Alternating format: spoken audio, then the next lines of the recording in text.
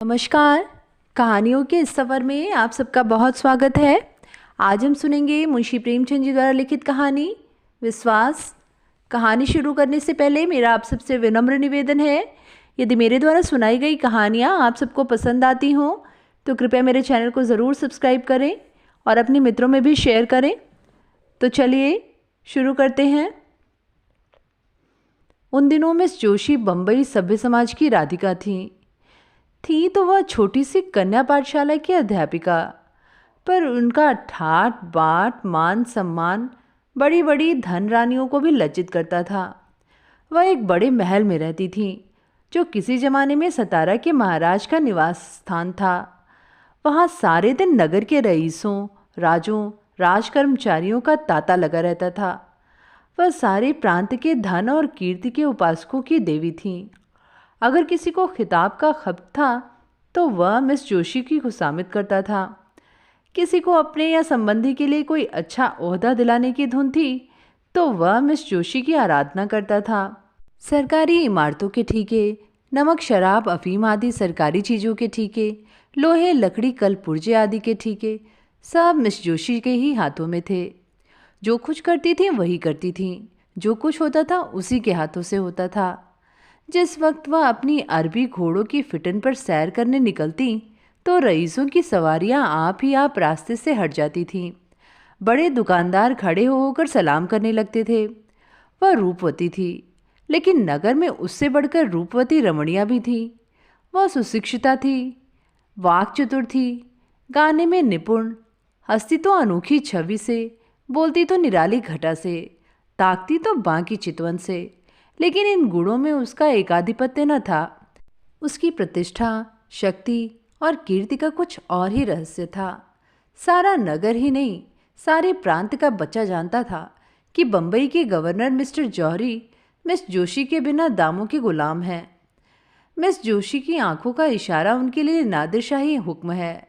वह थिएटरों में, दावतों में, जलसों में मिस जोशी के साथ साए की भांति रहते हैं और कभी कभी उनकी मोटर रात के सन्नाटे में मिस जोशी के मकान से निकलती हुई लोगों को दिखाई देती है। इस प्रेम में वासना की मात्रा अधिक है या भक्ति की, यह कोई नहीं जानता। लेकिन मिस्टर जौहरी विवाहित हैं और मिस जोशी विधवा, इसीलिए जो लोग उनके प्रेम को कलुषित कहते हैं वे उन पर कोई अत्याचार नहीं करते। बंबई की व्यवस्थापिका सभा ने अनाज पर कर लगा दिया था और जनता की ओर से उसका विरोध करने के लिए एक विराट सभा हो रही थी। सभी नगरों से प्रजा के प्रतिनिधि उसमें सम्मिलित होने के लिए हजारों की संख्या में आए थे। मिस जोशी के विशाल भवन के सामने चौड़े मैदान में हरी भरी घास पर बंबई की जनता अपनी फरियाद सुनाने के लिए जमा थी। अभी तक सभापति न आए थे, इसीलिए लोग बैठे गपशप कर रहे थे। कोई कर्मचारी पर आक्षेप करता था, कोई देश की स्थिति पर, कोई अपनी दीनता पर। अगर हम लोगों में अकड़ने का जरा भी सामर्थ्य होता तो मजाल थी कि यह कर लगा दिया गया होता। अधिकारियों का घर से बाहर निकलना मुश्किल हो जाता। हमारा ज़रूरत से ज़्यादा सीधापन हमें अधिकारियों के हाथों का खिलौना बनाए हुए है। वे जानते हैं कि इन्हें जितना दबाते जाओ उतना दबते जाएंगे, सिर नहीं उठा सकते। सरकार ने भी उपद्रव की आशंका से सशस्त्र पुलिस बुला ली। उस मैदान के चारों कोनों पर सिपाहियों के दल डेरा डाले पड़े थे। उनके अफसर घोड़ों पर सवार, हाथ में हंटर लिए, जनता के बीच में निशंक भाव से घोड़े दौड़ाते फिरते थे, मानो साफ मैदान है। मिस जोशी के ऊंचे बरामदे में नगर के सभी बड़े बड़े रईस और राज्याधिकारी तमाशा देखने के लिए बैठे हुए थे। मिस जोशी मेहमानों का आदर सत्कार कर रही थीं और मिस्टर जौहरी आराम कुर्सी पर लेटे इस जनसमूह को घृणा और भय की दृष्टि से देख रहे थे। सहसा सभापति महाशय आपटे एक किराए के तांगे पर आते दिखाई दिए। चारों तरफ हलचल मच गई। लोग उठकर उनका स्वागत करने दौड़े और उन्हें लाकर मंच पर बैठा दिया। आपटे की अवस्था 30-35 से अधिक न थी। दुबले पतले आदमी थे। मुख पर चिंता का गाढ़ा रंग चढ़ा हुआ था। बाल भी पक्के चले थे, पर मुख पर सरल हास्य की रेखा झलक रही थी। वह एक सफ़ेद मोटा कुर्ता पहने थे, न पाँव में जूते थे न सिर पर टोपी। इस अर्धनग्न दुर्बल निस्तेज प्राणी में न जाने कौन सा जादू था कि समस्त जनता उसकी पूजा करती थी। उसके पैरों पर सिर रगड़ती थी। इस एक प्राणी के हाथों में इतनी शक्ति थी कि वह क्षण मात्र में सारी मिलों को बंद करा सकता था, शहर का सारा कारोबार मिटा सकता था। अधिकारियों के उसके भय से नींद न आती थी, रात को सोते सोते चौंक पड़ते थे। उससे ज्यादा भयंकर जंतु अधिकारियों की दृष्टि में दूसरा न था। ये प्रचंड शासन शक्ति उस एक हड्डी के आदमी से थर थर कांपती थी, क्योंकि उस हड्डी में एक पवित्र, निष्कलंक, बलवान और दिव्य आत्मा का निवास था। आप्टे ने मंच पर खड़े होकर पहले जनता को शांतचित्त रहने और अहिंसा व्रत पालन करने का आदेश दिया। फिर देश में राजनीतिक स्थिति का वर्णन करने लगे। सहसा उनकी दृष्टि सामने मिस जोशी के बरामदे की ओर गई तो उनका प्रजा दुख पीड़ित हृदय तिलमिला उठा। यहाँ अगणित प्राणी अपनी विपत्ति की फरियाद सुनने के लिए जमा थे और वहाँ मेजों पर चाय और बिस्कुट, मेवे और फल, बर्फ और शराब की रेल पेल थी। वे लोग इन अभागों को देख देख हंसते और तालियां बजाते थे। जीवन में पहली बार आप्टे की जबान काबू से बाहर हो गई। मेघ की भांति गरज कर बोले, इधर तो हमारे भाई दाने दाने को मोहताज हो रहे हैं, उधर अनाज पर कर लगाया जा रहा है, केवल इसलिए कि राज कर्मचारियों के हलवे पूरी में कमी ना हो। हम जो देश के राजा हैं, जो छाती फाड़ कर धरती से धन निकालते हैं, भूखों मरते हैं, और वे लोग जिन्हें हमने अपने सुख और शांति की व्यवस्था के लिए रखा है, हमारे स्वामी बने हुए शराबों की बोतलें उड़ाते हैं। कितनी अनोखी बात है कि स्वामी भूखों मरे और सेवक शराब उड़ाए, मेवे खाए और इटली और स्पेन की मिठाइयाँ चले। यह किसका अपराध है? क्या सेवकों का? नहीं, कदापि नहीं। हमारा ही अपराध है कि हमने अपने सेवकों को इतना अधिकार दे रखा है। आज हम उच्च स्वर से कह देना चाहते हैं कि हम यह क्रूर और कुटिल व्यवहार नहीं सह सकते।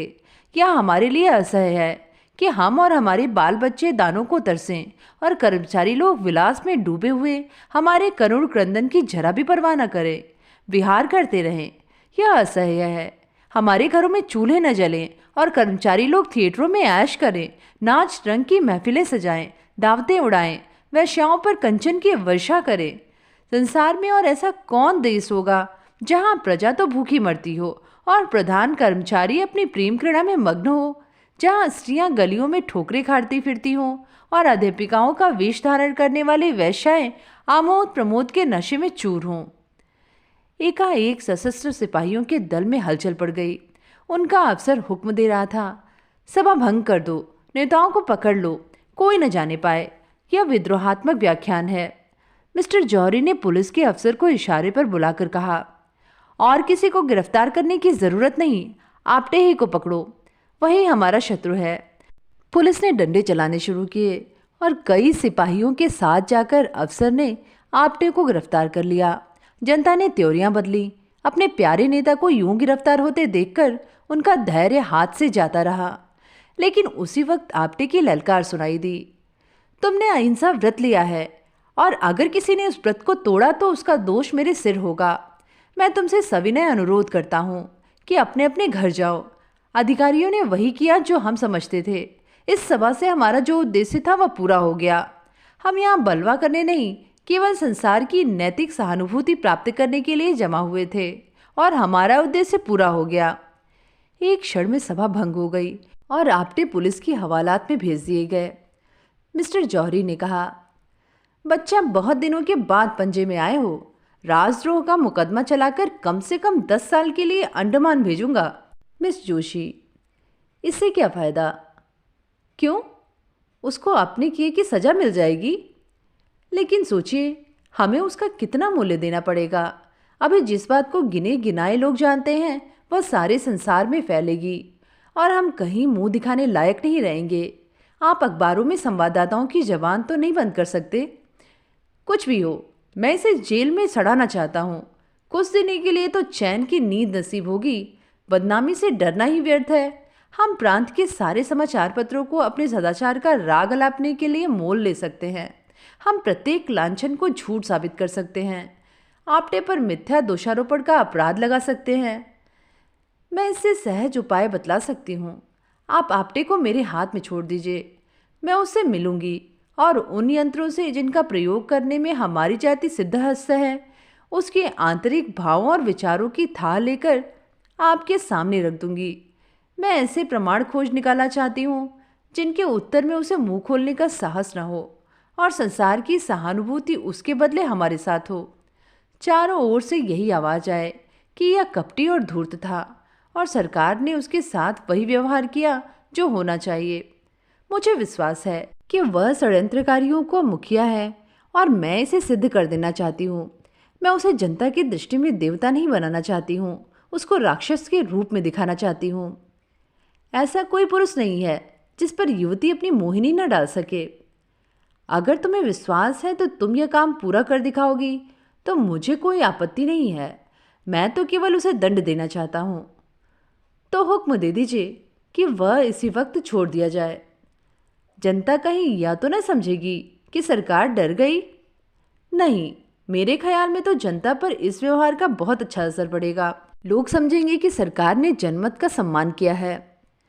लेकिन तुम्हें उसके घर जाते लोग देखेंगे तो मन में क्या कहेंगे? नकाब डालकर जाऊंगी, किसी को कानों कान खबर ना होगी। मुझे तो अब भी भय है कि वह तुम्हें संदेह की दृष्टि से देखेगा और तुम्हारे पंजे में ना आएगा। लेकिन तुम्हारी इच्छा है तो आजमा कर देखो। क्या कहकर मिस्टर जौहरी ने मिस जोशी को प्रेम में नेत्रों से देखा, हाथ मिलाया और चले गए। आकाश पर तारे निकले हुए थे। चैत की शीतल सुखद वायु चल रही थी। सामने के चौड़े मैदान में सन्नाटा छाया हुआ था। लेकिन मिस जोशी को ऐसा मालूम हुआ मानो आपटे मंच पर खड़ा बोल रहा है। उसके शांत सौम्य विषादमय स्वरूप उसकी आंखों में समाया हुआ था। प्रातःकाल मिस जोशी अपने भवन से निकली, लेकिन उसके वस्त्र बहुत साधारण थे और आभूषण के नाम पर शरीर पर एक धागा भी न था। अलंकार विहीन होकर उसकी छवि स्वच्छ जल की भांति और भी निखर गई। उसने सड़क पर आकर एक तांगा लिया और चली। आपटे का मकान गरीबों के एक दूर के मोहल्ले में था। तांगे वाला मकान का पता जानता था। कोई दिक्कत ना हुई। मिस जोशी जब मकान के द्वार पर पहुंची तो न जाने क्यों उनका दिल धड़कने लगा। उसने कांपते हुए हाथों से कुंडी खटखटाई। एक अधेड़ औरत निकलकर द्वार खोल दी। मिस जोशी उस घर की सादगी देख दंग रह गई। एक किनारे चारपाई पड़ी हुई थी, एक टूटी अलमारी में कुछ किताबें चुनी हुई थीं और एक रस्सी की अलगनी पर कपड़े लटक रहे थे। कमरे के दूसरे हिस्से में एक लोहे का चूल्हा था और खाने के बर्तन पड़े हुए थे।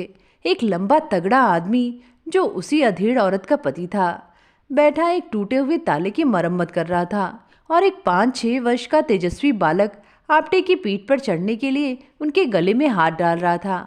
आपटे इसी लोहार के साथ उसी घर में रहते थे। समाचार पत्रों में लेख लिखकर जो कुछ मिलता उसे दे देते और इसी भांति गृह प्रबंध की चिंताओं से छुट्टी पाकर जीवन व्यतीत करते थे। मिस जोशी को देखकर आपटे जरा चौंके, फिर खड़े होकर उनका स्वागत किया और सोचने लगे कि कहाँ बैठा हूँ। अपनी दरिद्रता पर आज उन्हें जितनी लाज आई उतनी और कभी नहीं आई थी।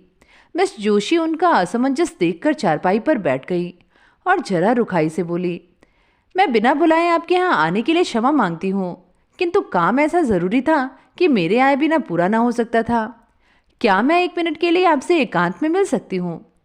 आपटे ने जगन्नाथ की ओर देखकर कमरे से बाहर चले जाने का इशारा किया। उसकी स्त्री भी बाहर चली गई। केवल बालक रह गया। वह मिस जोशी की ओर बार बार उत्सुक आंखों से देखता था, मानो पूछ रहा हो, तुम आपटे दादा की कौन हो? मिस जोशी ने चारपाई से उतरकर जमीन पर बैठते हुए कहा, आप कुछ अनुमान कर सकते हैं कि इस वक्त क्यों आई हूं मैं? आपटे ने झेपते हुए कहा, आपकी कृपा के सिवा और क्या कारण हो सकता है? मिस जोशी, नहीं, संसार इतना उदार नहीं हुआ कि आप जिसे गालियां दें वह आपको धन्यवाद दे। आपको याद है कि कल आपने व्याख्यान में मुझ पर क्या क्या आक्षेप किए थे? मैं आपसे जोर देकर कहती हूँ कि वे आक्षेप करके आपने मुझ पर घोर अत्याचार किया है। आप जैसे सहृदय, शीलवान, विद्वान आदमी से मुझे ऐसी आशा न थी। मैं अबला हूँ, मेरी रक्षा वाला कोई नहीं है। क्या आपको उचित था कि एक अबला पर मिथ्यारोपण करें? अगर मैं पुरुष होती तो आपसे ढूल खेलने का आग्रह करती। अबला हूँ, इसीलिए आपकी सज्जनता को स्पर्श करना ही मेरे हाथ में है। आपने मुझ पर जो लांछन लगाए थे वे सर्वथा निर्मूल हैं। आपटे ने दृढ़ता से कहा, अनुमान तो बाहरी प्रमाणों से ही किया जा सकता है। मिस जोशी, बाहरी प्रमाणों से आप किसी के अंतस्थल की बात नहीं जान सकते। आपटे, जिसका भीतर बाहर एक न हो उसे देखकर भ्रम में पड़ जाना स्वाभाविक है। मिस जोशी: हाँ, तो वह आपका भ्रम है और मैं चाहती हूँ कि आप उस कलंक को मिटा दें जो आपने मुझ पर लगाया है। आप इसके लिए प्रायश्चित करेंगे? आपटे: अगर ना करूँ तो मुझसे बड़ा दुरात्मा संसार में न होगा। मिस जोशी: आप मुझ पर विश्वास करते हैं? आपटे: मैंने आज तक किसी रमणी पर विश्वास नहीं किया। मिस जोशी: क्या आपको संदेह हो रहा है कि मैं आपके साथ कौशल कर रही हूँ? आपटे ने मिस जोशी की ओर अपने सदैव सजल सरल नेत्रों से देखकर कहा, बाई जी, मैं गंवार और अशिष्ट प्राणी हूँ, लेकिन नारी जाति के लिए मेरे हृदय में जो आदर है वह श्रद्धा से कम नहीं है जो मुझे देवताओं पर है। मैंने अपनी माता का मुख नहीं देखा, यह भी नहीं जानता कि मेरा पिता कौन था, किंतु जिस देवी के दयावृषि की छाया में मेरा पालन पोषण हुआ, उनकी प्रेम मूर्ति आज तक मेरी आंखों के सामने है और नारी के प्रति मेरी भक्ति को सजीव रखे हुए है। मैं उन शब्दों को मुंह से निकालने के लिए अत्यंत दुखी और लज्जित हूँ जो आवेश में निकल गए, और मैं आज ही समाचार पत्रों में खेद प्रकट करके आपसे क्षमा प्रार्थना की याचना करूंगा। मिस जोशी का अब तक अधिकांश स्वार्थी आदमियों से ही साबिका हुआ था, जिनके चिकने चिपड़े शब्दों में मतलब छिपा हुआ था। आपटे के सरल विश्वास पर उसका चित्त आनंद से गदगद हो गया। शायद वह गंगा में खड़ी होकर अपने अन्य मित्रों से यह कहती तो उसके फैशनेबल मिलने वालों में से किसी को उस पर विश्वास न आता। सब मुंह के सामने तो हाँ हाँ करते, पर बाहर निकलते ही उसका मजाक उड़ाना शुरू करते। उन कपटी मित्रों के सम्मुख यह आदमी था जिसके एक एक शब्द में सच्चाई झलक रही थी, जिसके शब्द अंतस्थल से निकलते हुए मालूम होते थे। आपटे उसे चुप देखकर किसी और ही चिंता में पड़े हुए थे। उन्हें भय हो रहा था, अब मैं चाहे जितना क्षमा मांगूं, मिस जोशी के सामने कितनी सफाइयां पेश करूं, मेरे आक्षेपों का असर कभी न मिटेगा। इस भाव ने अज्ञात रूप से उन्हें अपने विषय की गुप्त बातें कहने की प्रेरणा की, जो उन्हें उनकी दृष्टि में लघु बना दे, जिससे वह भी उन्हें नीच समझने लगे। उसको संतोष हो जाए कि यह भी कलुषित आत्मा है। बोले, मैं जन्म से अभागा हूँ, माता पिता का तो मुंह ही देखना नसीब न हुआ। जिस दयाशील महिला ने मुझे आश्रय दिया था, वह भी मुझे 13 वर्ष की अवस्था में अनाथ छोड़कर परलोक सिधार गई। उस समय मेरे सिर पर जो कुछ भी थी, उसे याद करके इतनी लज्जा आती है कि किसी को मुंह न दिखाऊं। मैंने धोबी का काम किया, मूछी का काम किया, घोड़े की साइसी की, एक होटल में बर्तन मांजता रहा, यहाँ तक कि कितनी ही बार क्षुधा से व्याकुल होकर भीख मांगी।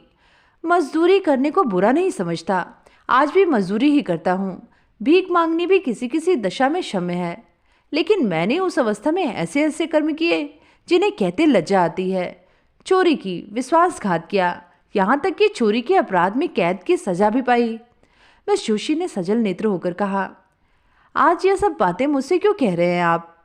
मैं इनका उल्लेख करके आपको कितना बदनाम कर सकती हूँ, इसका आपको भय नहीं है?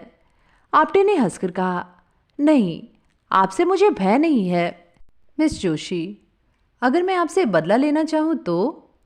आपटे, जब मैं अपने अपराध पर लज्जित होकर आपसे क्षमा मांग रहा हूँ तो मेरा अपराध रहा ही कहाँ जिसका आप मुझसे बदला लेंगी?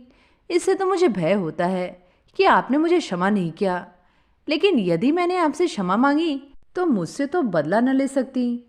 बदला लेने वालों की आंखें यूं सजल नहीं हो जाया करती। मैं आपको कपट करने के अयोग्य समझता हूँ। आप यदि कपट करना चाहती तो यहाँ कभी ना आती। मिस जोशी, मैं आपका भेद लेने के लिए आई हूँ। आपटे, तो शौक से लीजिए। मैं बतला चुका हूँ, मैंने चोरी के अपराध में कैद की सजा पाई थी, नासिक की जेल में रखा गया था।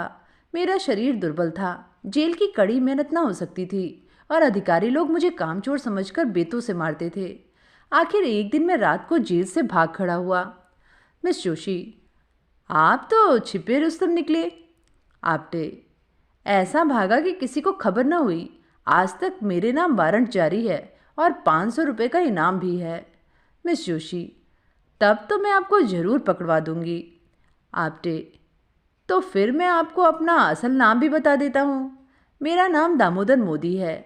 यह नाम तो पुलिस से बचने के लिए रख छोड़ा है। बालक अब तक तो चुपचाप बैठा हुआ था। मिस जोशी के मुंह से पकड़ाने की बात सुनकर वह सजग हो गया। उन्हें डांट कर बोला, हमारे दादा को कौन पकड़ेगा? मिस जोशी, सिपाही और कौन? बालक, हम सिपाही को मार लेंगे। क्या कहकर वह एक कोने से अपने खेलने वाला डंडा उठा लाया और आपटे के पास वीरोचित भाव से खड़ा हो गया, मानो सिपाहियों से उनकी रक्षा कर रहा है। मिस जोशी, आपका रक्षक तो बड़ा बहादुर मालूम होता है। आपटे, इसकी भी एक कथा है। साल भर होता है, यह लड़का खो गया था, मुझे रास्ते में मिला, मैं पूछता पूछता इसे यहाँ लाया। उसी दिन से इन लोगों से मेरा इतना प्रेम हो गया कि मैं इनके साथ रहने लगा। मिस जोशी, आप अनुमान कर सकते हैं कि आपका वृत्तांत सुनकर मैं आपको क्या समझ रही हूँ।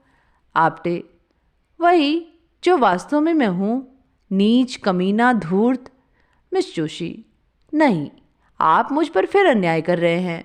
पहला अन्याय तो क्षमा कर सकती हूँ, यह अन्याय क्षमा नहीं कर सकती।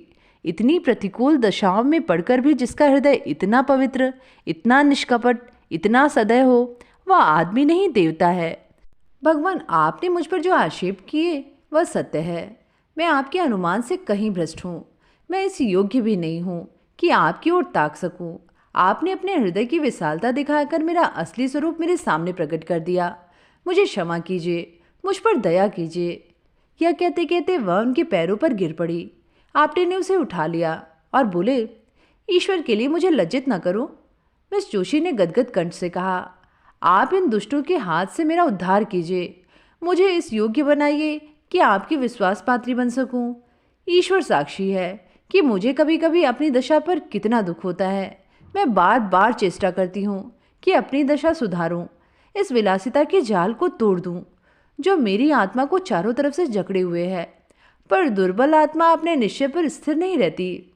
मेरा पालन पोषण जिस ढंग से हुआ, उसका यह परिणाम होना स्वाभाविक सा मालूम होता है। मेरी उच्च शिक्षा ने गृहिणी जीवन से मेरे मन में घृणा पैदा कर दी। मुझे किसी पुरुष के अधीन रहने का विचार अस्वाभाविक जान पड़ता था।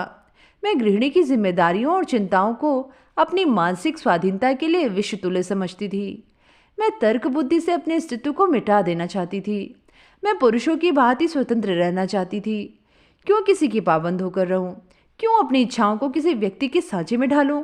क्यों किसी को यह अधिकार दूं कि तुमने यह क्यों किया, वह क्यों किया? दाम्पत्य जीवन मेरी निगाह में तुच्छ वस्तु थी। अपने माता पिता की आलोचना करना मेरे लिए उचित नहीं। ईश्वर उन्हें सद्गति दे, उनकी राय किसी बात पर न मिलती थी।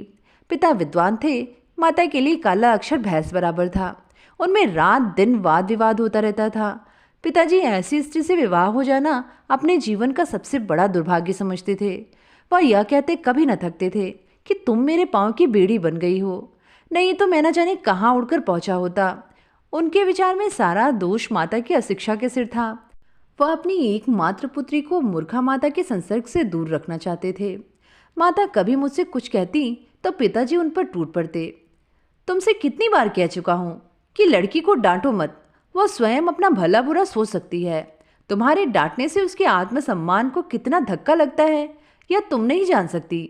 आखिर माताजी ने निराश होकर मुझे मेरे हाल पर छोड़ दिया और कदाचित इसी शोक में चल बसी। अपने घर की अशांति देखकर मुझे विवाह से और भी घृणा हो गई।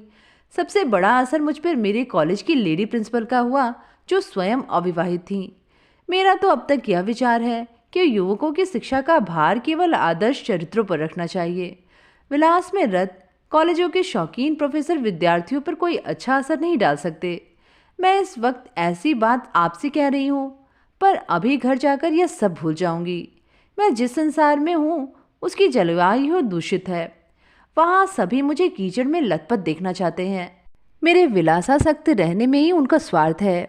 आप वह पहले आदमी हैं जिसने मुझ पर विश्वास किया है, जिसने मुझसे निष्कपट व्यवहार किया है। ईश्वर के लिए अब मुझे भूल न जाइएगा।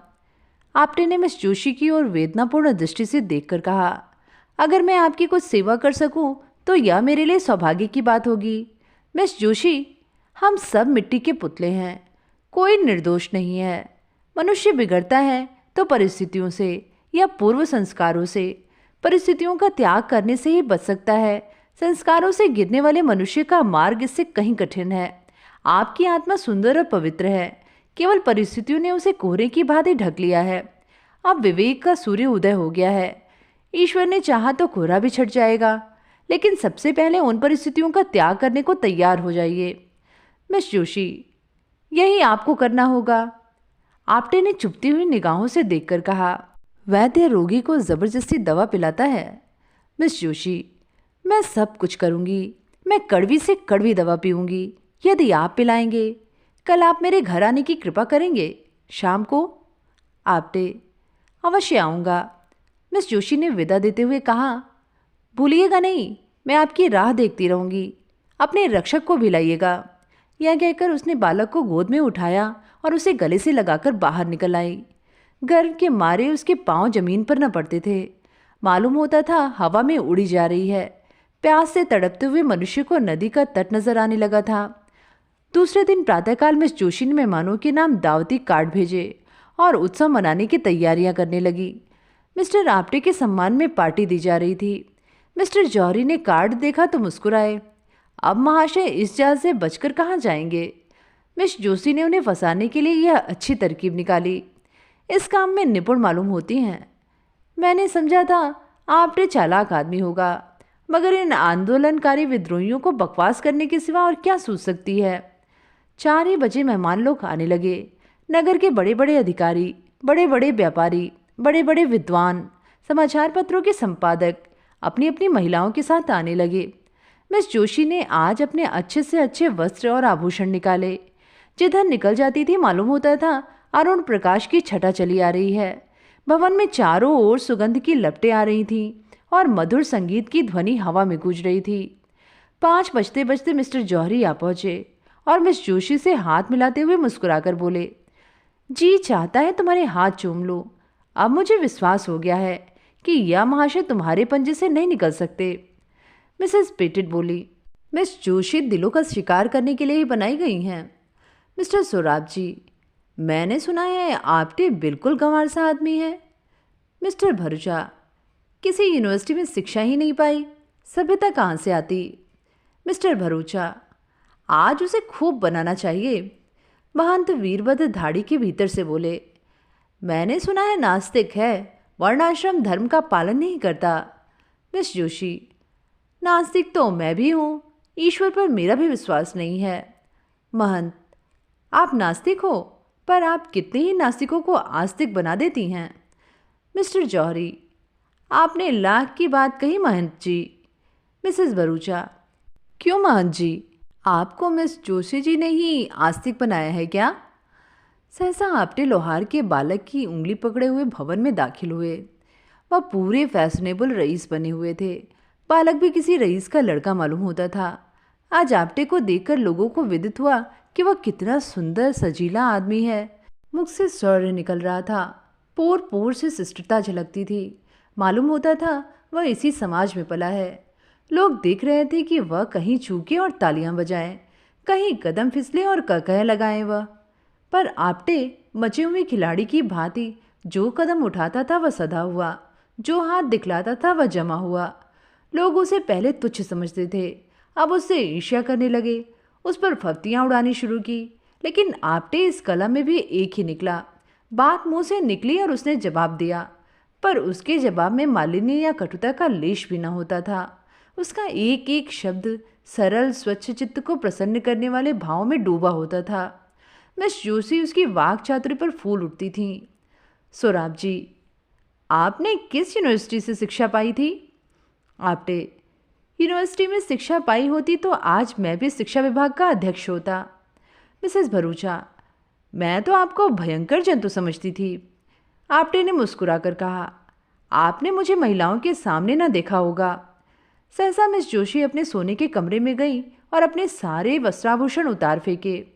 उनके मुख से शुभ्र संकल्प का तेज निकल रहा था। नेत्रों से दबी ज्योति प्रस्फुटित हो रही थी, मानो किसी देवता ने उसे आशीर्वाद दिया हो। उसने सजे हुए कमरे को घृणा से देखा, अपने आभूषणों को पैरों से ठुकरा दिया और एक मोटी साफ साड़ी पहनकर बाहर आ गई। आज प्रातःकाल ही उसने यह साड़ी मंगा ली थी। उसे इस नए वेश में देखकर सब लोग चकित हो गए। काया पलट कैसी! सहसा किसी की आंखों को विश्वास न हुआ। किंतु मिस्टर जौहरी बगले बजाने लगे। मिस जोशी ने इसे फंसाने के लिए यह कोई नया स्वांग रचा था। मित्रों, आपको याद है परसों महाशय आपटे ने मुझे कितनी गालियां दी थी? क्या महाशय खड़े हैं? आज मैं इन्हें इस दुर्व्यवहार का दंड देना चाहती हूँ। मैं कल इनके मकान पर जाकर इनके जीवन के सारे गुप्त रहस्यों को जान आई। या जो जनता की भीड़ में गरजते फिरते हैं, मेरे एक ही निशाने पर गिर पड़े। मैं उन रहस्यों को खोलने में अब विलंब न करूंगी। आप लोग अधीर हो रहे होंगे। मैंने जो कुछ देखा वह इतना भयंकर है कि उसका वृत्तांत सुनकर शायद आप लोगों को मूर्छा आ जाएगी। अब मुझे लेश मात्र भी संदेह नहीं है कि यह महाशय पक्के देशद्रोही हैं। मिस्टर जौहरी ने ताली बजाई और तालियों से हाल गूंज उठा। मिस जोशी, लेकिन राज के द्रोही नहीं, अन्याय के द्रोही, दमन के द्रोही, अभिमान के द्रोही। चारों ओर सन्नाटा छा गया। लोग विस्मित होकर एक दूसरे की ओर ताकने लगे।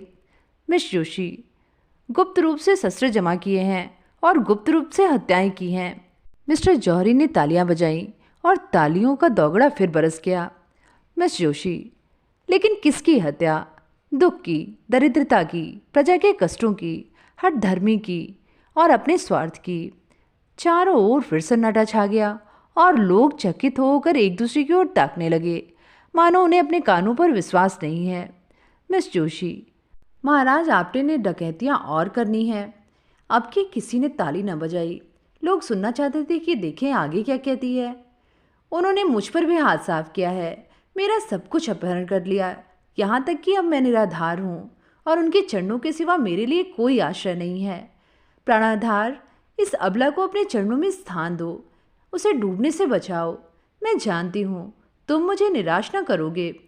क्या कहते कहते वह जाकर आपटे के चरणों में गिर पड़ी। सारी मंडली स्तंभित रह गई। 1 सप्ताह गुजर चुका था। आपटे पुलिस की हिरासत में थे। उन पर 4 अभियोग चलाने की तैयारियां चल रही थीं। सारे प्रांत में हलचल मची हुई थी। नगर में रोज सभाएं होती थीं। पुलिस रोज 4-5 आदमियों को पकड़ती थी। समाचार पत्रों में जोरों के साथ वाद विवाद हो रहा था। रात के 9 बज गए थे। मिस्टर जौहरी राजभवन में मेज पर बैठे हुए सोच रहे थे कि मिस जोशी को क्यों कर वापस लाए। उसी दिन से उनकी छाती पर सांप लौट रहा था। उनकी सूरत एक क्षण के लिए आंखों से न उतरती थी। वह सोच रहे थे, इसने मेरे साथ ऐसी दगा की, मैंने इसके लिए क्या कुछ नहीं किया। इसकी कौन सी इच्छा थी जो मैंने पूरी नहीं की। इसी ने मुझसे बेवफाई की। नहीं, कभी नहीं। मैं इसके बगैर जिंदा न रह सकता। दुनिया चाहे मुझे बदनाम करे, हत्यारा कहे, चाहे मुझे पद से हाथ धोना पड़े, लेकिन आपटे को नहीं छोड़ूंगा। इस रोड़े को रास्ते से हटा दूंगा। इस कांटे को पहलू से निकाल कर बाहर करूंगा। सहसा कमरे का दरवाजा खुला और मिस जोशी ने प्रवेश किया। मिस्टर जौहरी हकबकाकर कुर्सी पर से उठ खड़े हुए। वह सोच रहे थे, शायद मिस जोशी निराश होकर मेरे पास आई हैं। कुछ रूखे लेकिन नम्र भाव से बोले, आओ बाला, तुम्हारी याद में बैठा था। तुम कितनी ही बेवफाई करो, पर तुम्हारी याद मेरे दिल से नहीं निकल सकती। मिस जोशी, आप केवल जबान से कहते हैं। मिस्टर जौहरी, क्या दिल चीर कर दिखा दूं? मिस जोशी, प्रेम प्रतिकार नहीं करता, प्रेम में दुराग्रह नहीं होता। आप मेरे खून के प्यासे हो रहे हैं। उस पर भी आप कहते हैं कि मैं तुम्हारी याद करता हूँ। आपने मेरे स्वामी को हिरासत में डाल रखा है। यह प्रेम है? आखिर आप मुझसे क्या चाहते हैं? अगर आप समझ रहे हो कि इन शक्तियों से डरकर मैं आपकी शरण में आ जाऊंगी तो आपका भ्रम है। आपको अख्तियार है कि आपटे को काले पानी की सजा दें, फांसी चढ़ा दें, लेकिन इसका मुझ पर कोई असर ना होगा। वह मेरे स्वामी हैं, मैं उनको अपना स्वामी समझती हूँ। उन्होंने अपनी विशाल उदारता से मेरा उद्धार किया है। आप मुझे विषयों के फंदों में फंसाते थे, मेरी आत्मा को कलुषित करते थे। कभी आपको यह ख्याल आया कि इसकी आत्मा पर क्या बीत रही होगी? आप मुझे आत्मशून्य समझते थे। इस देव पुरुष ने अपने निर्मल स्वच्छ आत्मा के आकर्षण से मुझे पहली ही मुलाकात में खींच लिया। मैं उसकी हो गई और मरते दम तक उसी की रहूंगी।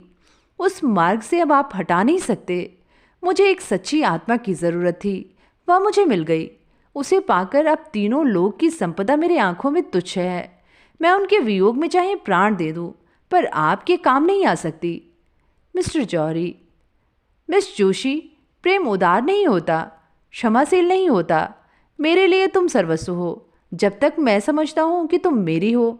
अगर तुम मेरी नहीं हो सकती तो मुझे इसकी क्या चिंता हो सकती है कि तुम किस दशा में हो और किस दिशा में हो। मिस जोशी, क्या आपका अंतिम निर्णय है? मिस्टर जौहरी, अगर मैं कह दूं कि हाँ तो? मिस जोशी ने सीने से पिस्तौल निकालकर कहा, तो पहले आपकी लाश जमीन पर फड़कती होगी और आपके बाद मेरी।